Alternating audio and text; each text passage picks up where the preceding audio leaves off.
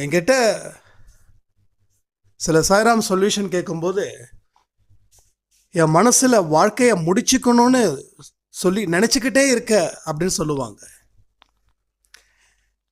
அதுக்கு காரணம் உள்ள ஒருத்தன் சொல்லிக்கிட்டே இருக்கா, முடிஞ்சிடுச்சேன்றதுல தெளிவாக இருக்கா.